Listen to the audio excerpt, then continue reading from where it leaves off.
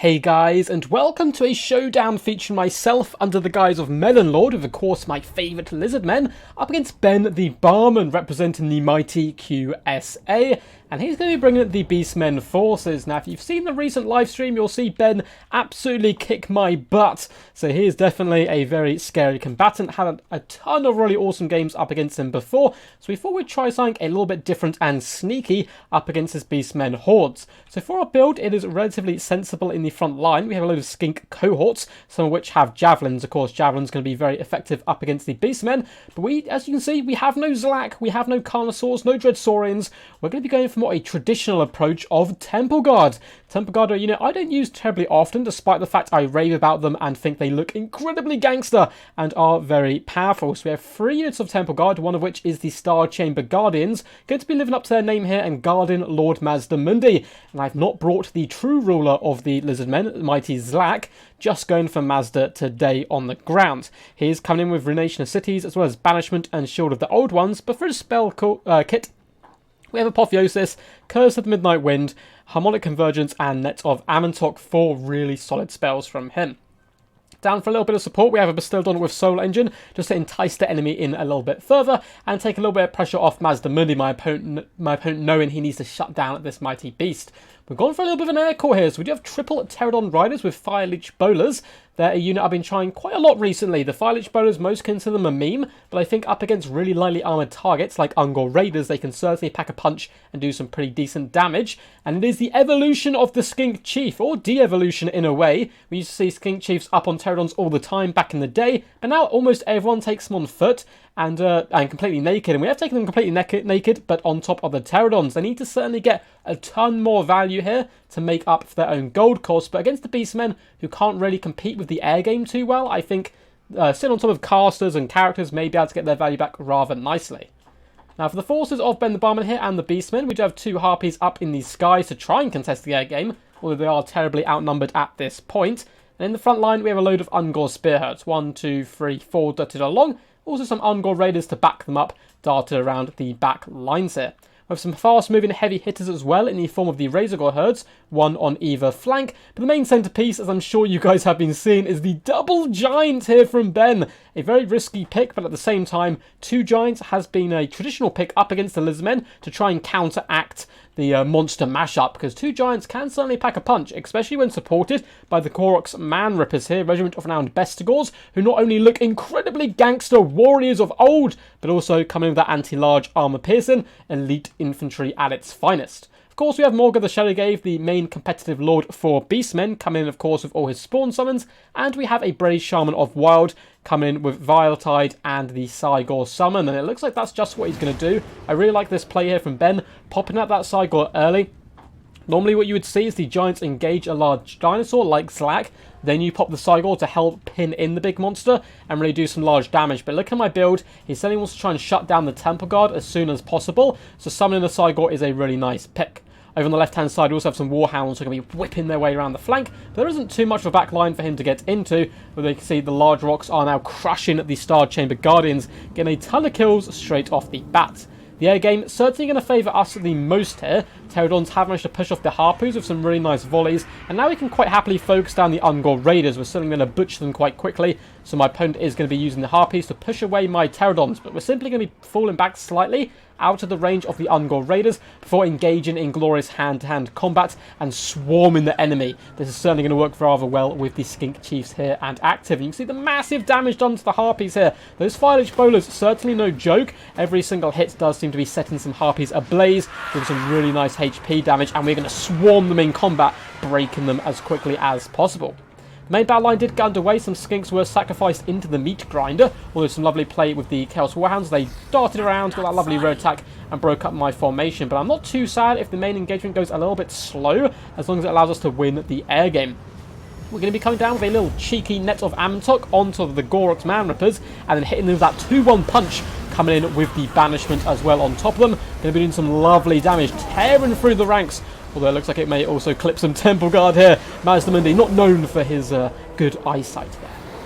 So in the backs we do have a Basildon, which is where poor Gary here, getting absolutely butchered by the Giant as well as a summoned spawn of Chaos. But the Star Chamber Guardians are here, and you can see they just delete such a unit very, very, very, very quickly. And we're also going to be dropping a big fat Curse of the Midnight Wind, lowering the stats in this big blob fight. Now in the air game, so we have forced off the Harpies, going to be driving them to the edge of the battlefield and pushing them off, allowing us to dominate the air game and therefore the mobility advantage. One unit of Pterodon Rise has been committed to the back line to shut down Ungor Raiders, but the front line is a little bit sketchy here, guys. Temple Guard doing a fantastic job driving back both of the Giants, and Mazdamundi on his mighty Seater is rather happy at the moment. Gary is going to be falling back to a little bit of a safer pocket where once again he can rain fire down upon the enemy, but in come the mighty herd of pigs. A big overload on this right hand side from the Beastmen is starting to flood in. Skink cohorts of javelins just been chucked in a desperate attempt to protect this right hand flank. Star Chamber Guardians have arrived though, and a big fat net on the Razorgors means they are pinned in,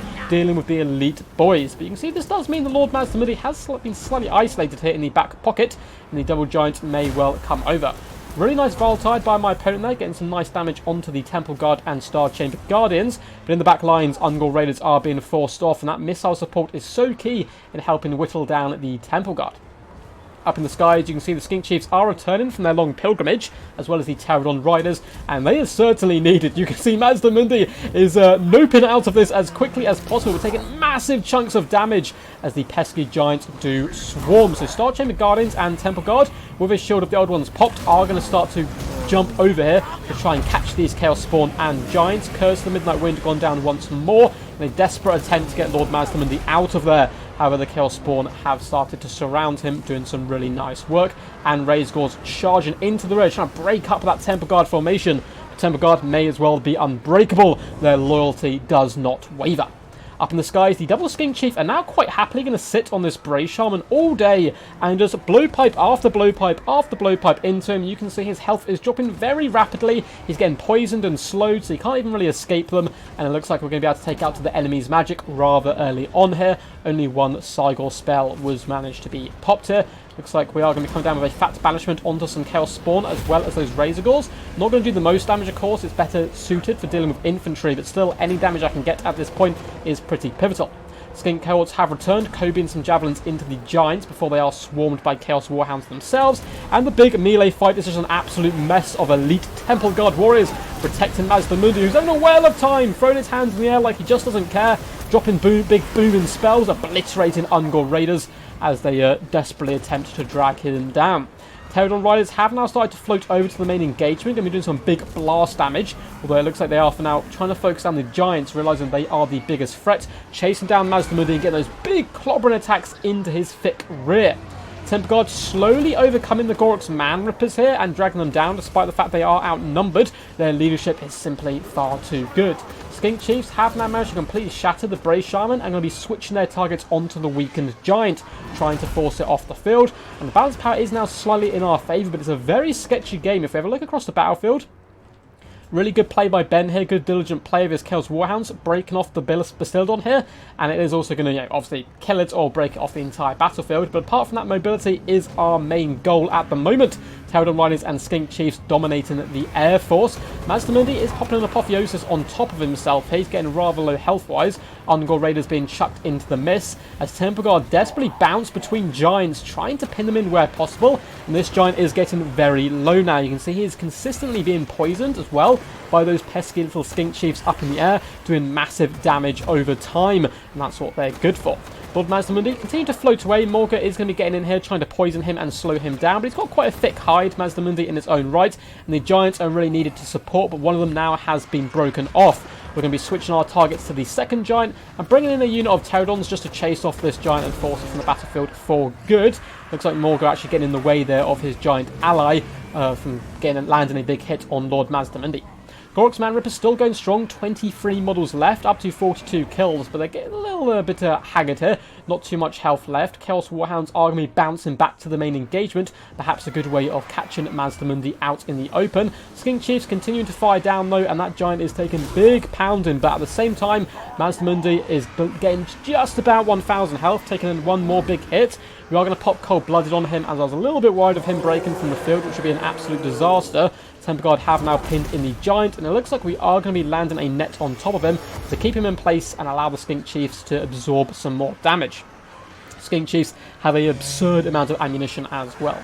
Warhounds have been beat back just by ferocious Pterodons and Skink cohorts here. It looks like Morgan the Shadowglaive is now surrounded by elite infantry. He can fare relatively well up against them, but I'm not going to give him the opportunity. We're going to float over to the right-hand side instead, surround this Giant, swarm him and drag him down. And with the Giant going down like this, Morga shouldn't be too much of a problem. He's probably going to beeline for Lord Mazdamundi, which is the best bet here. If you can break him off the field, Morga can certainly tank a ton of damage from these guys, but it's still going to be pretty hard at this point. It looks like the Giant has broken though, and is getting finished off there by a slap from the bum of this Pterodon, doing some lovely damage as the Temple Guard nip at his heels as well. Morgan nearly manages to catch Mazdamundi, but the loyal Lizardmen are going to be floating over, intercepting him and trying to swarm him where possible, whilst consistently firing shots, although it looks like the Skink Chief actually killed one of his own Pterodons, so they're perhaps a bit of an old grudge that needed to be settled on the battlefield without too many witnesses. Up in the skies, Pterodon Riders have finished shattering the remainder of the Beastmen force, and are now going to be floating back to deal with Morgan the Shadowglaive, who is incredibly tanky, but saturated on top of troops like Pterodons, who aren't doing too much damage to him, but Temple Guard are here as well. Temple Guard do not care who you are, how elite you are, they will drag you down eventually with a vengeance. And it looks like Morgan knows this and decides, you know what lads, I don't really want this scrap, before trying to flee from the battlefield. A Pyrrhic victory for the forces of the Lizardmen. Incredibly Pyrrhic though, we lost many a good dino today. Very well played to Ben the Barman, absolutely fantastic game with a rather interesting build. And before we get to the breakdown of the stats and damage values and so forth, hope you guys did enjoy. If you did, feel free to give the video a big old thumbs up and subscribe for more Total War Warhammer content. Both those things just really help the channel out quite a lot, pushing the content to more people so we can get as many people involved in the Total War Warhammer community as possible. If you want to see your replays up on the channel, feel free to join my Discord. There's a link down below in the description where you can submit replays, get involved in tournaments and all that good stuff. Anyway, now for the builds. Ben Barman, absolute true champ as always, in the double Giant. Many people don't like Giants, they think they're quite memey and not super powerful, but this is one of the matchups where they are very, very necessary. Yes, they're very susceptible to chameleon skinks, as well as javelins, blowpipes, all of that good stuff. But normally the Beastmen are a faction which is incredibly good at swarming. You can often shut down such troops and allow the Giants to carry the day, beating down those large creatures, especially when supported by summons from the Bray Shaman as well as Morga the Shadowglaive. However, these poor Giants, one of them did some fantastic damage, nearly 8k damage dealt and 2000 damage value. The other one struggling a little bit more here, despite the fact he still, dealt a ton of damage. He is still a Giant and a little bit expensive, but they met their match here by the Skink Chiefs up in the air. Lizardmen starting to dominate the air game really helps quite a lot up against the Beastmen, allowing us to rout their troops and chase them down rather effectively. Despite that, though, it was a really close fight, and Ben certainly made it as tough a challenge as possible for me. Razorgore Herds doing decent damage across the board, but the Harpies unfortunately suffered, of course, simply being outnumbered in the air. They didn't stand much of a chance. 127 kills on Warhounds is pretty absurd. 6,000 damage dealt. Beautiful micro chasing off my troops. Ungor Raiders suffered the price of losing the air game, and the Fire Leech Bowlers really coming into their own. Gork's Man Rippers are a nice pick to saturate on top of the Giants, but unfortunately for him, the Temple Guard held them back, dealt the damage, and then banishments really started to add up. And all round, Morgan the Shadowglaive, not getting too much damage value, but not too terrible either. Now for my forces, and we'll have what you want to see first, of course, is the double Skink Chief. 6,700 damage dealt and 1,200 damage value. On the next one, another 1k damage value, 5,000 damage dealt. Really good stuff from these guys. Still full health and a ton of ammunition left to boot. They had so much more potential to give as well. I think they both had about a quarter ammunition left at the end. Pivotal in shutting down the enemy magic and destroying the Shaman, but then also saving Mazdamundi by poisoning the Giants and whittling them down over time. Honestly, the two MVPs for sure. Skink's simply here to die and do a little bit of damage and make my build a little bit wider, so nothing too crazy on them. And Gary, unfortunately, got shut down by really good swarming by my opponent, but he was still a tank, absorbed a lot of damage, and distracted the enemy from Mazdamundi. Fire Leech Bowlers doing absolutely horrendous damage. 9,700 damage dealt, 6,600, 10,000, all of them getting over 1k damage value. I'm telling you guys, Fire Leech Bowlers are the future in certain matchups. I still think the basic Pterodons are better in more matchups, I would say, but Fire Leech Bowlers, honestly, very, very underrated unit in my, little humble duck opinion. Temple Guard being absolute warriors to the end. These guys may as well be unbreakable. They're more stubborn than a stubborn dwarf standing on an oath stone. They just simply hate running. They just, we've jogged all the way out to this battlefield. We're not going back now. We're here to fight or die. 1.7k damage value, 15,000 damage dealt. Star Chamber Guardians, an absolute rock in that central portion. They deleted the Chaos Spawn summons as well, which I love to see. And of course, working as that bodyguard to Mazda Mundi, despite the fact they took so much damage initially from the big boulders. The other Temple Guard as well, getting over 1k damage value. This one, 1.5. 13k and 8k damage dealt is scary stuff. And Lord Mazda Mundi, certainly no joke either, still managing to deliver 8,700 damage dealt, despite the fact, he was mainly there for the buffs. Big Curse of the Midnight Winds, allowing the Temple Guard to drag down nasty creatures and punch even more above their weight. Hope you guys did enjoy. If you want to support the channel in any other way, there are links to Patreon down below, or you can become a member on the channel, as in the YouTube channel. You get a member of the Royal Duck Guard, which does give you some cool little bonuses on live streams. To find out more about that, simply press, I believe it's like a blue join button for more information if you are subscribed. Anyway guys, enough of that. Till next time, peace, and as always, stay awesome.